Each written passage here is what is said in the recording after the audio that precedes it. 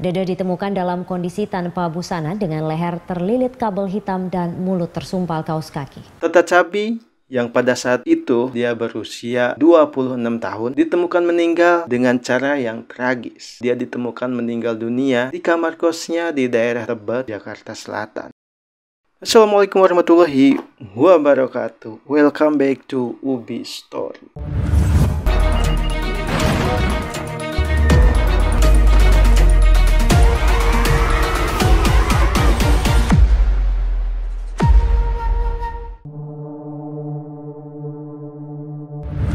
Oke teman-teman, apa kabar kalian? Semoga kalian semua selalu dalam keadaan sehat, dimudahkan rezekinya, dan dilancarkan segala urusannya.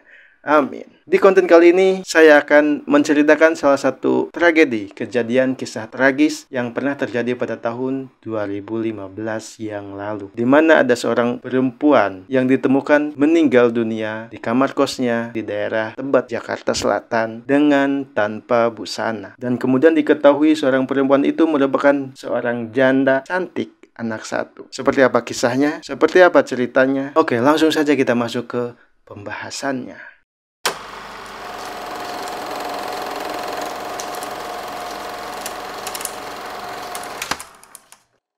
Dedeh Alfi Sahrin yang kemudian dikenal dengan sebutan Tata Cabi yang berumur 26 tahun memiliki perjalanan hidup yang bisa dibilang kurang beruntung dari teman-temannya yang lain, di mana pada saat kecil ibunya sudah meninggal pada saat melahirkan dirinya dan sementara ayahnya juga sudah meninggal. Tata Cabi kecil ini lalu diasuh oleh bibinya di daerah Purwokerto karena memang pada saat itu si Tata Cabi ini sudah tidak punya dua orang tua gitu ya. Mamanya udah meninggal, bapaknya juga sudah meninggal. Jadi Tata Cabi ini diasuh oleh bibinya. Tata Cabi ini diasuh oleh bibinya dari kecil sampai dia SMP dan itu dibenarkan oleh kakak iparnya. Ya, dia sempat pindah ke Bandung karena bibinya yang mengasuh dari dia kecil tuh pindah tugas kerja yang tadinya dari Purwokerto terus pindah ke Bandung. Akhirnya si Tata Cabi ini ikut ke Bandung juga. Dan pada saat dia mau masuk SMA, Tata Cabi ini akhirnya ikut ke rumah kakaknya atau pindah dari Bandung ke rumah kakaknya yang berada di Depok. Pindah dari Bandung ke Depok tuh pada saat dia mau masuk SMA dan informasinya dia mau masuk SMA di daerah Depok gitu. Jadi nanti dia tinggalnya bersama kakaknya. Singkat cerita, pada akhirnya gitu ternyata dia tidak masuk SMA, dia tidak sekolah, dia nggak jadi untuk masuk sekolah. Itu informasi dari kakak iparnya ya. Tapi kakak iparnya ini tidak bisa menceritakan dengan jelas,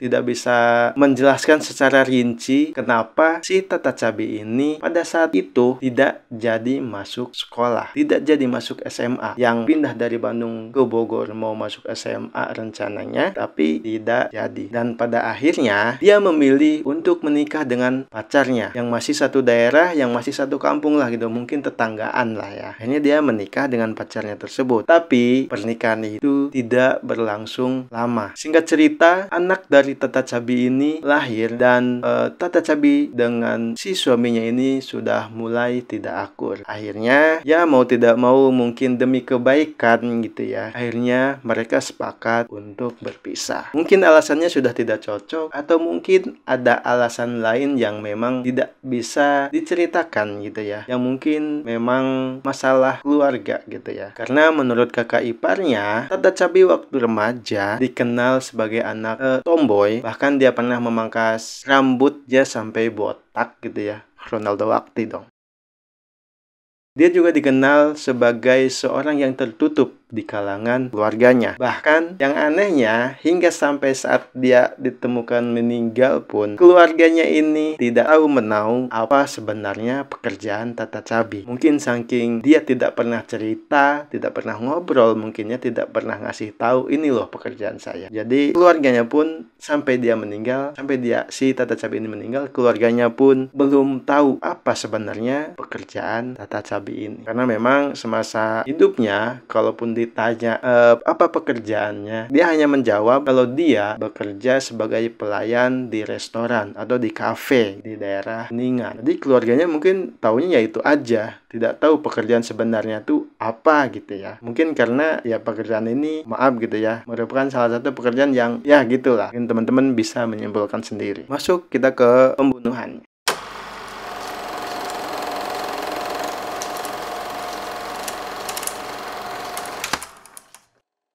Dede ditemukan dalam kondisi tanpa busana dengan leher terlilit kabel hitam dan mulut tersumpal kaos kaki. Tata Cabi yang pada saat itu dia berusia 26 tahun ditemukan meninggal dengan cara yang tragis. Dia ditemukan meninggal dunia di kamar kosnya di daerah Tebet, Jakarta Selatan pada 11 April 2015 yang lalu. Ibu satu anak ini ditemukan meninggal dengan tanpa busana. Lehernya terikat kabel, tubuhnya tertutup bed cover, dan mulutnya disumpal dengan menggunakan kaos kaki. Singkat cerita, setelah mayat tersebut ditemukan, polisi langsung melakukan olah TKP. Dan setelah dilakukan olah TKP tersebut, akhirnya kecurigaan polisi tertuju pada satu pelanggan Alfi atau Tata Cabi ini. Polisi mengetahui hal tersebut karena dia menemukan ada buku catatan Tata Cabi, yang dimana memang buku catatan Tata Cabi ini menjadi petunjuk bagi kepolisian, karena memang Tata Cabi ini selalu mencatat nama-nama pelanggannya di buku tersebut. Jadi di buku tersebut, di buku catatannya tuh ada nama, ada tanggal kedatangan para customernya, para pelanggannya. Nah, dengan modal buku catatan tersebut, polisi akhirnya mengerucutkan terduga pelaku kepada pelanggan yang terakhir ada di catatan tersebut. Nama terakhir yang berada di catatan buku tersebut,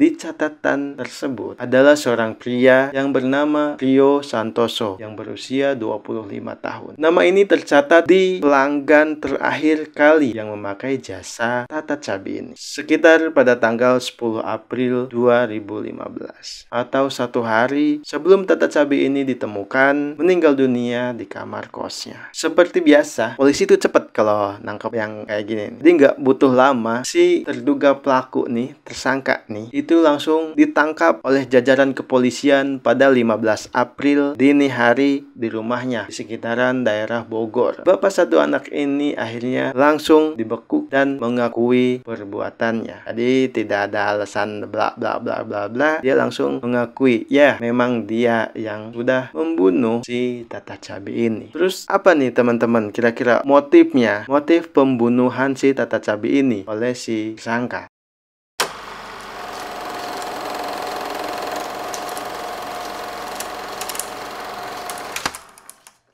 Oke, jadi setelah diinterogasi oleh polisi, setelah dilakukan bla bla bla gitu ya, akhirnya dari pengakuan Prio, dia nekat melakukan aksi keji tersebut dikarenakan sakit hati. Karena si Prio ini disebut oleh Tata Cabi bau badan, makanya mandi bang. Pengakuan Prio ini juga mengatakan gitu ya, si tersangka ini juga mengatakan bahwa ini tuh malam kencan kedua, karena setelah sebelumnya dia pernah menggunakan jasa Tata Cabi ini. Namun yang pertama itu dirasa dia pelayanannya kurang. Dia merasa kecewa gitu atas pelayanan si Tata Cabi ini. Akhirnya dia memesan untuk kedua kalinya. Untuk yang kedua kalinya ini, dia berharap akan mendapatkan pelayanan yang sesuai, yang dijanjikan gitu ya. Tidak seperti yang sama. Lanjut singkat cerita ini ya. Singkat cerita, si tersangka ini bercerita. Jadi dia setelah bekerja di kawasan daerah Kedoya, si Piro ini langsung naik kendaraan menuju ke stasiun Tebet untuk menemui Tata Cabi ini. Tetapi setelah ketemu di sana, Tata Cabi malah mengungkit masalah bau badan. Bahkan Prio sempat disuruh untuk mandi dulu oleh si Tata Cabi ini sebelum melakukan begituan ya. Akan tetapi pada saat itu handuk yang dikasih ke si Prio ini basah. Alhasil jadinya si Prio cuma dikasih tisu. Jadi karena handuk yang tadi dikasih basah, terus cuma dikasih tisu untuk mengeringkan badannya setelah mandi, akhirnya si Prio ini tidak jadi untuk mandi karena tidak ada handuk gitu. Terus dikasih tisu juga dia tidak mau, akhirnya dia tidak mandi. Akhirnya si Prio ini langsung untuk meminta berhubungan dengan Tata Cabi. Tapi sekitar 10-15 menit kemudian, si Tata Cabi ini sudah mulai merasa terganggu gitu dengan bau badannya si Prio ini. Dan Tata Cabi kembali mengungkit mengungkit masalah bau badan tersebut. Mengungkit masalah bau badan lagi. Badan lu bau banget, bikin gue mau pingsan, kata Tata Cabi. Dengan mendengar ucapan itu, ucapan yang dilontarkan oleh Tata Cabi ke si Prio ini, akhirnya si Prio ini marah. Si Prio ini akhirnya naik pitam dan dia spontan mencekik leher Tata Cabi. Tapi Tata Cabi ini tidak tinggal diam dong. Dia pasti berontak, dia pasti melawan. Dia mencoba melawan dan menggigit jari si Prio. Atas kejadian digigit inilah amarah si Prio ini makin menjadi, makin naik amarahnya, makin marah dia ke Tata Cabi. Akhirnya dia pun melilitkan kabel di leher Tata Cabi. Itu informasi terakhir, itu tuh kabelnya tuh kabel casan atau kabel listrik gitu lah ya, atau apa gitu. Tapi kan kalau misalkan tiba-tiba ada kabel di situ kan nggak mungkin ya, mungkin tuh kabel casan atau apa. Untuk teman-teman yang tahu, ini kira-kira kabelnya kabel apa sih? Komen ya. Setelah dililit kabel lehernya, terus kemudian si Tata Cabi ini disumpal mulutnya dengan kaos kaki hingga Tata Cabi ini meninggal. Setelah itu, Prio pun mencuri atau mengambil barang-barang berharga milik Tata Cabi, seperti laptop dan ada 4 ponsel lain yang memang barang-barang tersebut ada di situ semuanya gitu ya. Tinggal ambil aja, tinggal bawa gitu. Enak banget nih. Sudah membunuh, main begitu, tidak bayar, dapat laptop, dapat HP, 4 biji, anjir. Setelah melakukan kekejian tersebut, saat kondisi kos, Prio pun keluar dari kamar Tata Cabi dan menguncinya dari luar. Namun setelah sehari kemudian ada seorang teman Tata Cabi curiga karena temannya ini tak kunjung keluar dari kamar kosannya dan juga HP-nya tidak bisa dihubungi. Akhirnya pintu kamar kos Tata Cabi ini dibuka paksa, didobrak dan terlihat Tata Cabi sudah dalam keadaan tak bernyawa. Oke, sekarang kita langsung ke penangkapan pelaku.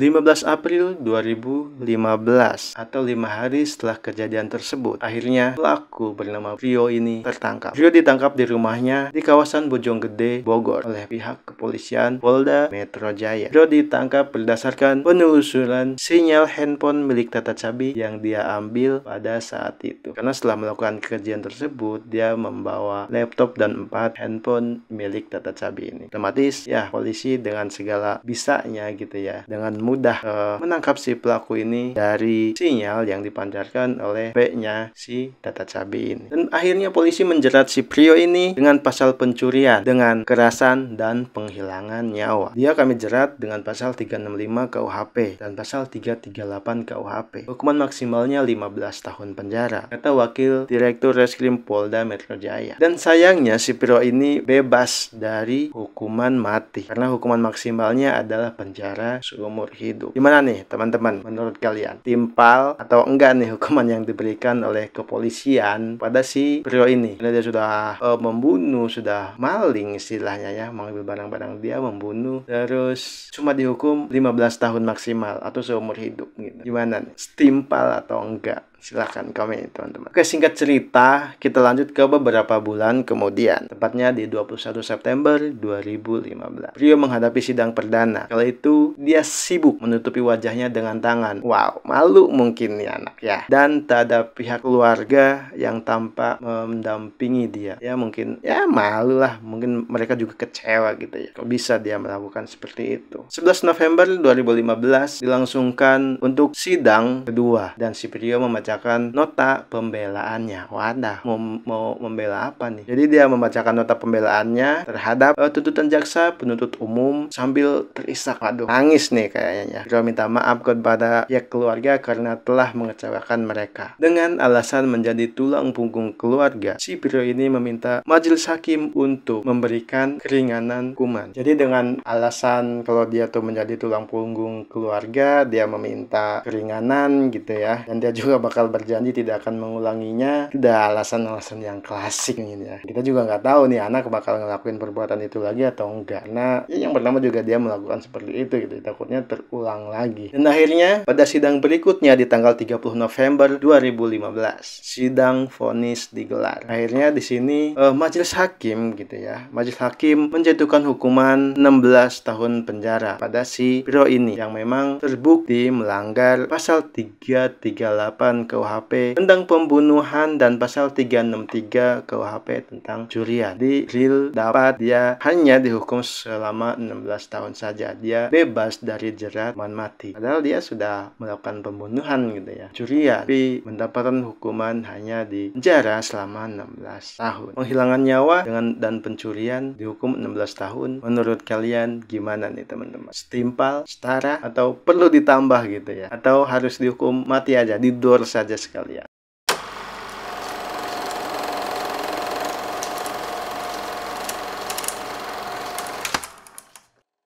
Oke teman-teman, itu dia cerita kita kali ini. Cerita kejadian yang menimpa almarhumah Tata Tabi yang terjadi pada tahun 2015 lalu. Mudah-mudahan almarhumah diampuni dosanya dan untuk keluarga diberikan ketabahan, kesabaran. Tapi ini kejadian yang memang sudah silam, sudah lama gitu ya, tahun 2015 yang lalu. Bukan bermaksud untuk membuka luka lama, disclaimer teman-teman, maaf, bukannya kita ya bermaksud untuk membuka luka lama, tapi kejadian-kejadian seperti inilah yang yuk kita jadikan sebagai pelajaran untuk kita agar kejadian tersebut tidak terjadi dan terulang lagi di depan. Mari kita ambil pembelajaran dari setiap kejadian yang ada agar hal-hal yang tidak baik gitu ya tidak terjadi pada kita dan kepada yang lain juga. Oke, mungkin itu saja teman-teman untuk konten kita kali ini, untuk cerita kita kali ini. Mohon maaf kalau ada salah-salah. Terima kasih dan see you next video. Wassalamualaikum warahmatullahi wabarakatuh.